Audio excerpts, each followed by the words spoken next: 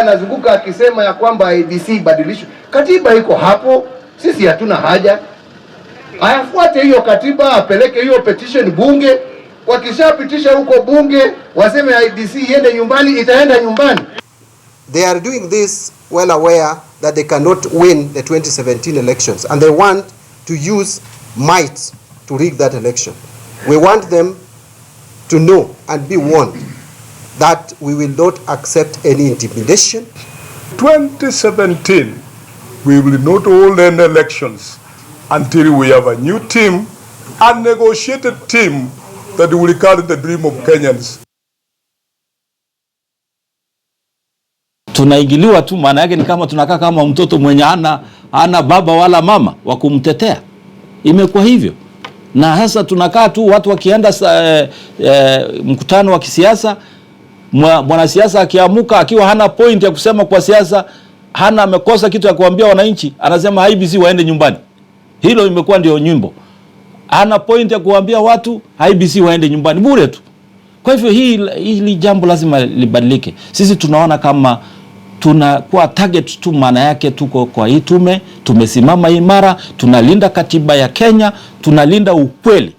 Na kama watu hawataki tume ambaye inalinda katiba, toa sisi. Kama mtaki tume ambaye inasimamia ukweli, then toa hii IEBC ya sahi.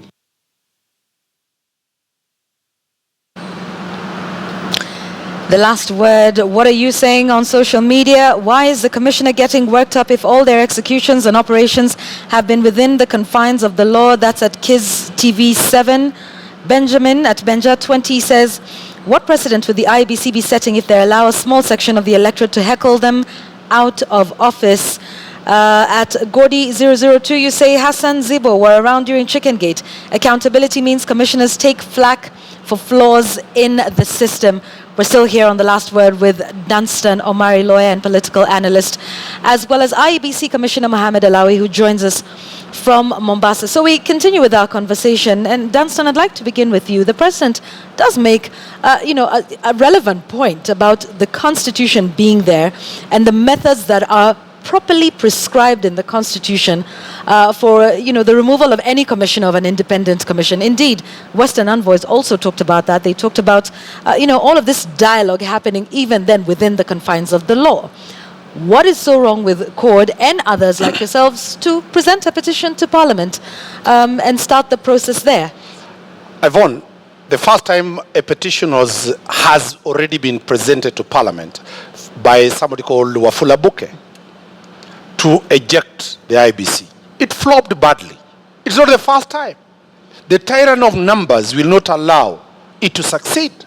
The President knows it very well that the Jubilee arm of government will shoot it down. CORD tried, it failed. What are you again telling them to do that? Moses Kuria was telling everybody the other day that even us, we don't want the IEBC. Let somebody bring the petition to Parliament.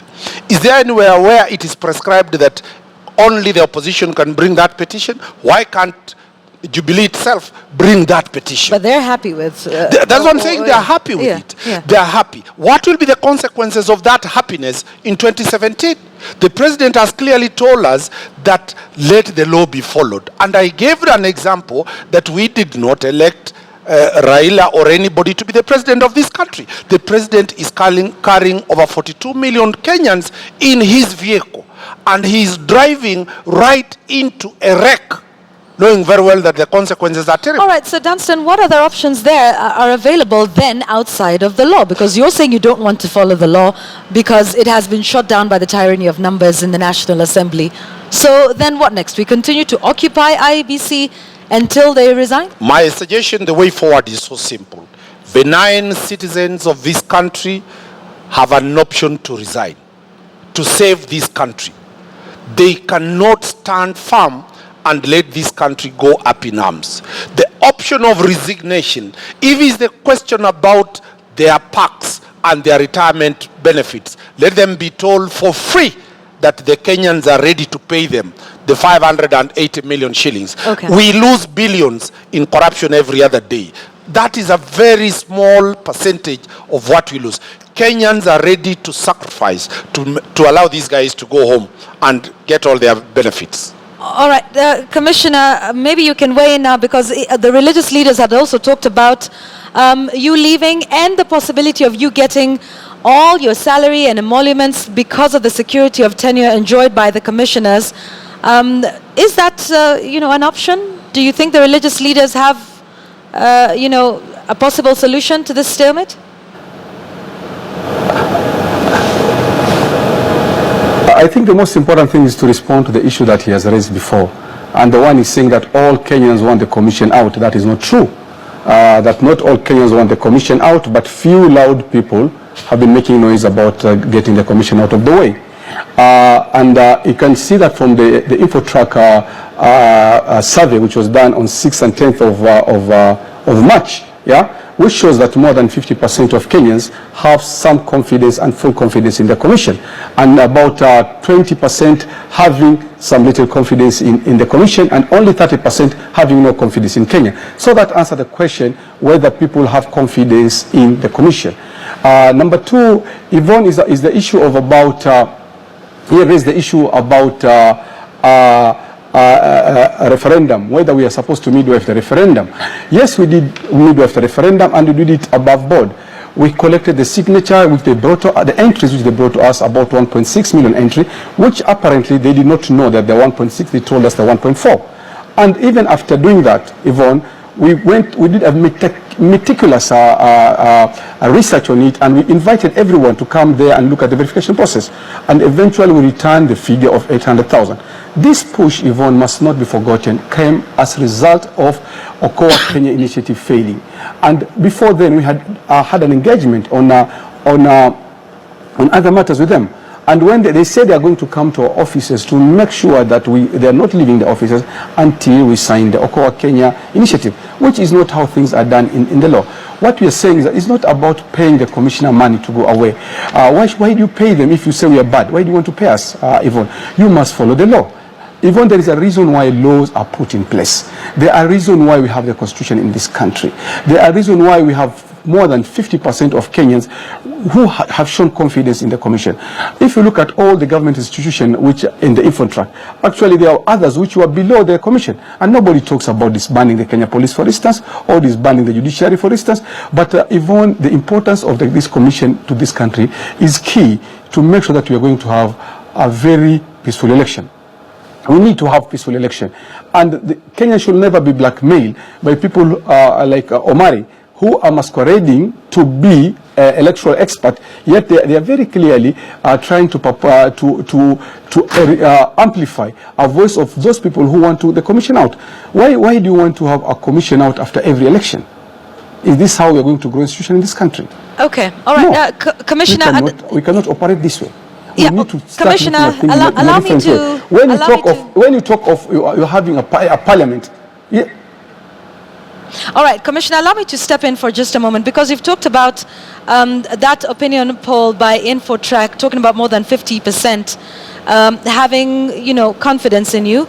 But you mentioned a 30% that perhaps would not have confidence. My question to you is, what would the threshold be that would convince you to either A, leave office because it would look like you do not have full backing of Kenyans who are important constituents in an election? What is that threshold that would be needed? And then also to talk about the issue of the referendum, because there is no referendum law in the country, and some say that that would be the failing of your commission.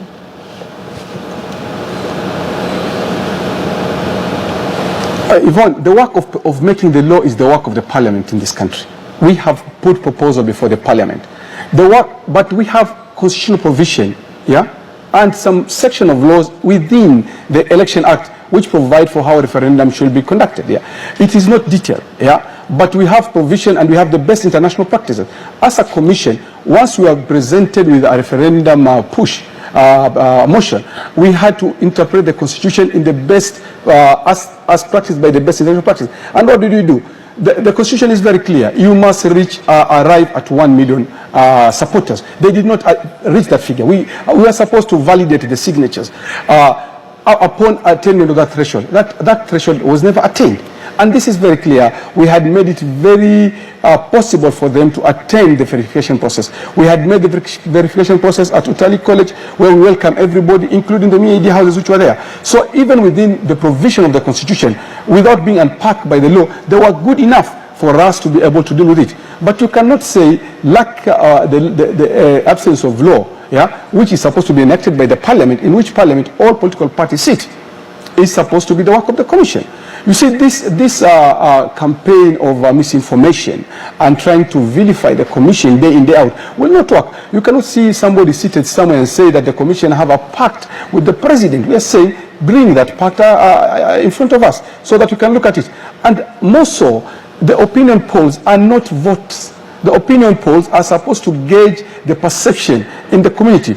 And when you have over 70% of people, if you look at that info track, who have some little trust, some trust, and full trust in the commission, that's very commendable. All right, Instead that of is flipping commendable. it and saying that Kenyans have no confidence. That is all not right, true. Commissioner, so that's what I'm saying, that let us have a debate within the confine of honesty, and let us not, and we should not try to slant it that you must leave. And the issue of blackmailing Kenyan by threatening them with violence should not be there. That is not the way leadership should talk. Commissioner, then that allow me to ask you this. The so-called election expert and lawyers should speak. Commissioner, allow me to ask you this then. What are you doing about the 30% that have no faith in the commission? It would be important, wouldn't it? It is commendable, like you say, that more than 70% have faith in the commission. But what about those 30%? Are they not important? Yeah, so and is there anything the commission is doing to try and assure What are we them? doing, Yvonne? Yes, Yvonne, if you remember, if you look, we've moved from very far to reach this where we can talk of little trust, some trust, and full trust up to 70%. We are working on this 30%, and we'll continue to work with them. What we're going to do about it, we have actually gone out of our way. We have put out our election operation plan for all Kenyans to see. We are going to put all our system for all Kenyans to have a chance 6 months before the election to come and look at our infrastructure, to look at our process and be able to participate and to tell us where to improve the infrastructure, where to improve the methodology of conducting the election. So we are extending our hand, say that we are going to work hard to make sure that we win the confidence of the other 30% who are outside the bracket of trust. We are going to work so hard also to raise the trust of those people who are saying they have some little trust in the commission. That is, we are not, it is the work of everybody to make sure that we all come together and we all work towards to make this electoral process more credible, more acceptable to Kenyans. But we are not ignoring anyone. We are not ignoring anyone, and we are working very hard to bring the trust up. Okay, a quick one before we come back here to Dunstan Omari. Commissioner, why do you think CORD has launched this onslaught against you? We've heard from your fellow Commissioner Letangule. But, in your opinion, CORD, of course, speaks for, a huge constituency. A number of millions of Kenyans voted for Raila Odinga in the last election. And he does command a following. And, he does speak on behalf of a certain constituency, as do CORD members of National Assembly. Why do you think CORD has such mistrust with your commission? What? I think to say that you can see trust in this country is actually it oscillates. When we did when we conducted the election in Bungoma and Senator Wetangula won the election, they were very happy. They were very enthusiastic. When we conducted the hearing and the determination of the case, disciplinary committee against Commissioner Wetangula, they were equally enthusiastic and they were very happy. So when we did the decision on the Okoa Kenya is when they become, they're not happy.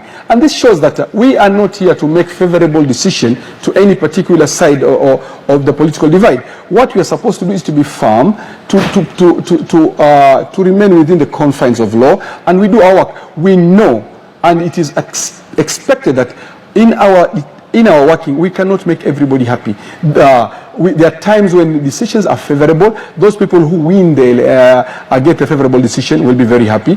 And those who do not get favorable decision will be unhappy. And they may give various reasons. So this is something that is momentous and will momentarily, and we believe that once sobriety settles in, we'll be able to work out a very systematic and a very transparent and credible way of doing. We need to come together and to socialize ourselves to the that in any competition there must be winners and losers. Okay. In fact, some of the people who are doing electoral psychology, they are saying 20% of people who lose an election cry. Yeah. Why do people cry when they know that they're going into a contest where the likelihood is that their candidate may win or lose? So this is something that is expected in this kind of job. There will be no commission which will declare 3 presidents, or they will declare the referendum both yes and no has won. So there will always be a part of the team that will lose us, and they will throw flag at the referees. All right, and this is what I call occupational hazard of electoral commission. What is important is to steer this commission and to protect it so that it can render its services and give Kenya a fair and just results as envisaged by the Constitution. All right, not Commissioner. To be pushed out because somebody this time is not happy. Thank you, Commissioner. I think your point has been made. Pushed out when somebody on that side is not happy. All right, thank you. I think your point has been made, and that's what I want to ask Danstan Omai. He does have a point. You know, there have been times, you know, when CORD has been happy with the results of, there have been 34 by-elections in this country since 2013, and many of them have been big wins for CORD and its constituent parties. So, you know, at what point, is there some insincerity in this one, or is it specifically about the presidential election, and many therefore saying this is about Raila being unhappy with the presidential election? The question that the IEBC's commissioners are facing is majorly on presidential elections. Okay. The violence of 2007 was about the presidency and not about governors, not about MPs. And so for you, that's justified? They can participate in the other elections, but still raise issues about the presidential ones? The question that raises it, why does the IEBC become very efficient when delivering results of other elective positions, but when it comes to the presidency, all the machines must collapse? Why is it that presidential elections must be announced at Bomas of Kenya? The question Commissioner is failing to answer, do they have one single register? To date, we do not know whether there exists a voters register that can be said to be one. They operate with a multiplicity of registers that will serve them. And those are the issues that Kenyans are saying. All right, so raise a number of the issues, because you're talking about the presidential election, you're talking about the voter register. What are some of these other issues in your mind with the commission? The issues that are very critical to that the commissioners need to understand is, one, there is no voters register. Two, they do not have a law that governs a referendum. He is lying to every Kenyan. The end user, the commission that uses the law is the one that makes that law, sends it to Parliament to debate and amend. They've never done that. Three, before the Oka referendum results were announced, Jubilee members of Parliament came out very clearly saying that the signatures are fake. 2 days. The IEBC followed suit. Today, the same commissioner is saying they verified the signatures. Do they have a data bank of signatures in this country? The only organ that can claim to have a semblance of signatures is the National Register, the Registrar of Persons. That is the only organ that seems to have signatures. Do they have handwriting examiners who verified those signatures? So the question that Kenyans are asking is that they posture that they follow the law, but by conduct and implication and their body language, they are not following that law. That is the reason why the confidence has gone down. He's talked about other commissions failing. Have other commissions attracted the wrath of Kenyans as IEBC? Benyachai-led commission finished this term. We didn't see these street demonstrations. We have never seen with the Mika Cheseremu commission and very many other commissions. The question I'm asking the commissioners, and they are not answering, do they know that there is an option of resignation? This country faced demonstrations in 2008. The country, Nairobi city, has been very, very calm. Now there is a lot of apprehension. Businesses are not going to run. So the question I'm posing to the commissioners. Do you know that there is an option called resignation All right. to save this nation? Okay, let's hear from the I answer Commissioner. those questions that he has said that we have failed to answer. Please do, go ahead. Even you see, you have allowed him to go on a trail of misinformation, on a trail of lies, yeah, and saying that there are questions that we have failed to answer, which questions he had not put to us. Number one, there is a register in this country. There is a register in this country of 14.3 million Kenyans, and that register is available in our offices. It's available to all political parties. He can be given a copy tomorrow if he wants. And everybody knows there's a register. So he's lying on that, Yvonne. And it is very sad for him to come on a national television and create such a lie. Number two, Yvonne, is that we had said clearly that they had not attained the threshold of 1 million. That was the first phase of verification exercise. And once that phase is attained, then you normally do go and look at the signatures. We had not even arrived at that level. You have to get the minimum of 1 million votes. Number two, Yvonne, any Kenyan who has registered as a voter knows that he must sign Form A, in which form he append his signature. And those forms are within the repository of the commission. So let him not misinform himself and misinform the public whether we can access the signature. In fact, what is the international practice about the referendum? First, you have to attain the threshold number. If it's 1 million in Kenya, you get the 1 million. After that, you go for the sample of 10% or 5% or 3%, yeah, of those and cross-check the signature. If the commission needs to check the signature today, we can get the signature of Omari if he's a registered voter. Because when he went to register, he was given Form A where he put his name, his ID card number in that form, his cell phone number and his signature. So he's actually wallowing in a lot of misinformation. And what is strange is that he is getting a room to put this misinformation to the public as if it's the gospel truth. He needs to engage us more so that we can share with him and inform him of what we have and what we don't have. Okay. We have said it once and I want to say it again, that we have a register. We have a register. Number two is that the verification exercise of the OCOA is that they never finished the phase one by not attending. But what is more important, he has admitted, saying that people have no problem with all other elections. He has admitted. He said they are very happy with all other elections except the presidential. And all this push, as far as is concerned, is because he was not happy with the presidential election result that were announced in 2013. It is very clear from what he said. And I want to say this to him, is that we cannot announce more than one candidate. A candidate who has attained more than 50%, yeah, and plus one, will be the next president of this country. Let us work together. Let us not vilify the institution. Let us not create stories which are not true and which we think that we can get away with them. Okay, it is important that we discuss matters election within the confine of honesty. Of honesty and the law. All right. Commissioner, we have just under 2 minutes to conclude. I want to give you exactly 1 minute to answer this final question.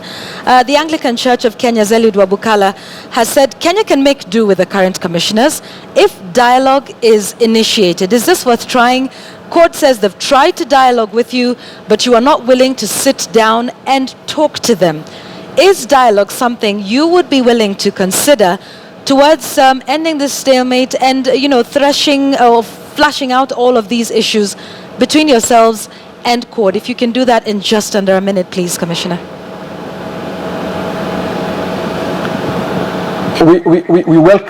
We welcome discussion on our election operation plans. We welcome, we are ready to meet them anytime. Not only CORD, all political parties, or any Kenya of concern. We are open, we are willing to discuss, and we are ready to look at the system that we want to put in place. We have said we are going to share them out with all the political parties, all political players, all religious leaders, all community leaders, or any Kenyan who wants to come and share or have any issues with us. But what we are saying is that when these discussions are done and these dialogues are done, let them be done within the confine of laws within the confine of honesty, and let us not have people like Omari who are blackmailing Kenyans and threatening them that there will be violence when we all know that Kenya will have a peaceful and efficient election. And this is the team that is experienced and dedicated to deliver that. Because we don't want anything more than delivering a good and credible election. Thank you. Thank you very much, Commissioner Lawi, joining us from our offices in Mombasa. 30 seconds, Dunstan, strictly. My message is, take the option of resigning, save this nation. 2, very many people have ever said they'll never resign.